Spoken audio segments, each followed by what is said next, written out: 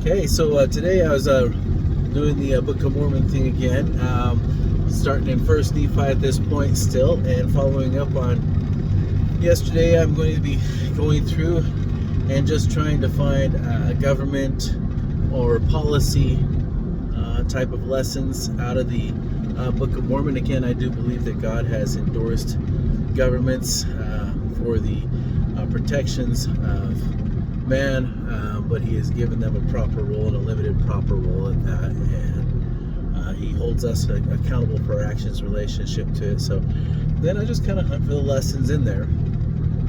So there's a lot of emphasis that kind of just keeps popping up about them being descended from Joseph, who was sold into Egypt, and a little bit of what do you call it?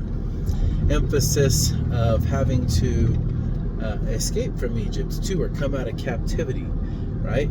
So I think that first off, what I would mention is that there are two types of captivity that we find in that story. One is individual captivity, in other words, the taking of Joseph because his brothers didn't like him anymore, and selling him to these Egyptians or what have you. Ultimately, he ends up in servitude anyhow. So individually, he's committed no crime. He's just made them mad because he told them the truth. And so they grab him and sell him and put him into slavery because they can't take him anymore. They can't stand him anymore. So that's wrong. And we all know it's wrong. And yet Joseph too, if we learn the story, we learn that he makes the most of it anyhow. So there's probably a little bit of to learn about self-determination, even in a seeming situation of captivity. Maybe we can get into that more at some time. But then also, generations later, there's lots of Israelites. The Pharaoh is worried about their power, but he wants their servitude, and so he has the babies thrown in the river. We know that, the male babies, right? He refuses to let them go make their sacrifices. He doesn't want them being able to escape. He wants the Israelites to permanently be forced to be part of Egypt, right? Or to have allegiance to Egypt, or to owe servitude to Egypt, however you want to say it. And so that's a group captivity now that we're talking about, where there's just literally no option of self-determination. We own you, you belong to us. No, you can't leave, right? So that's wrong. And the Lord ultimately is the one who facilitates, makes the biggest difference in helping the Israelites regain their freedom. So I find those two very interesting. I find that these forms of captivity, Joseph overcame it pretty well just by way of being so faithful, and then his descendants overcame it by a combination of miracles from the Lord. There was some, I don't know, they just had to escape. That's all there is to it. So I think that's something to think about. But the bigger one to me is the story of the iron rod. The iron rod being the word of God, being basically the scriptures, that we cling unto it, and it keeps us on the straight and narrow path. It keeps us from getting lost.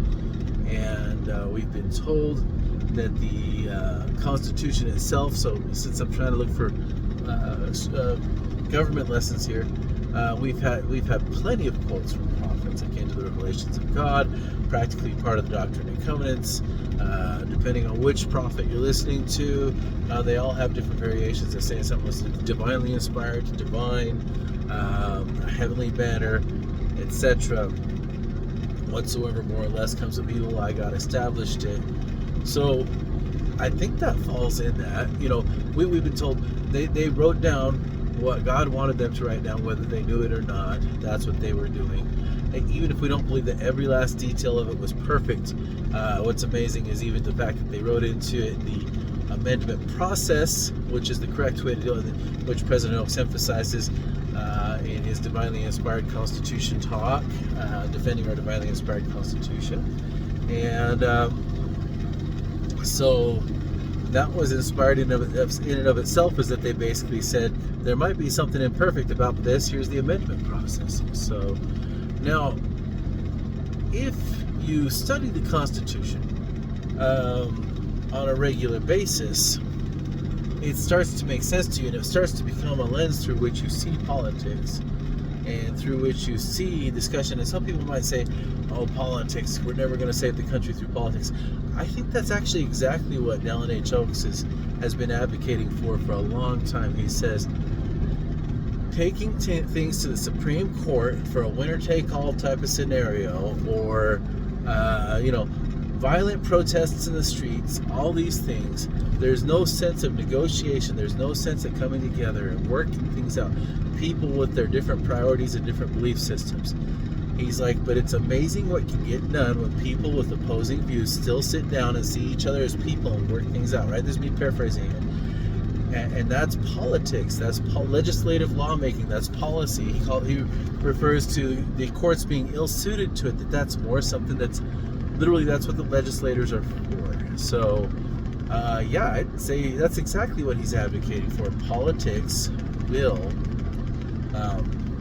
be the salvation of a lot. Politics done right. Sitting down, discussing, reaching across the aisle, honestly seeing each other as people. And to me, honestly, if you look at a sure foundation of the Constitution, you hold to that iron rod. And even when other people say, yeah, but what about this political theory? What about this political theory? And they're over in this great and spacious building. Yeah, that's great, but that's not our system of government. That's not our form of government. We didn't take an oath to that. We took an oath to this. We have to stick to what's available to us within our oath. Otherwise, we start becoming dishonest people, right? And, let's have integrity together. Let's work on this, right? And so I think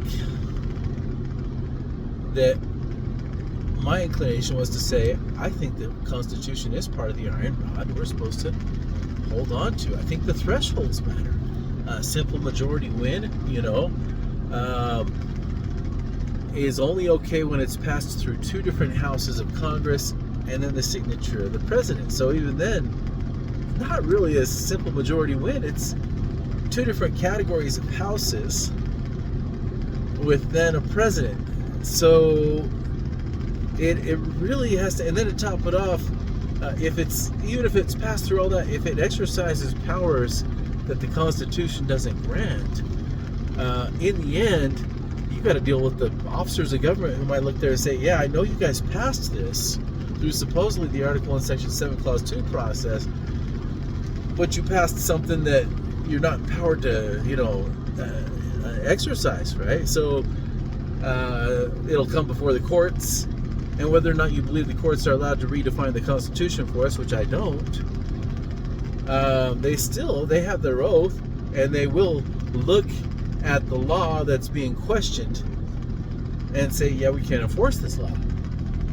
We can't enforce this law without violating our oath, right?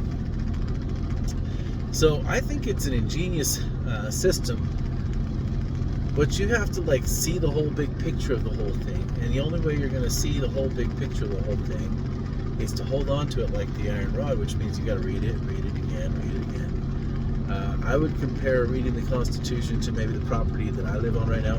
A lot of people where I live have a flat 20 acres or a flat 40 acres with maybe a ravine over here, maybe a little hill over here. When you walk around my property, there's about 10 acres of flat on the bottom, 10 acres of flat on the top, and then about 22 acres of all these transitional ridges, and just covered in brush and trees and all the stuff that my goats love to eat when I take them for a walk.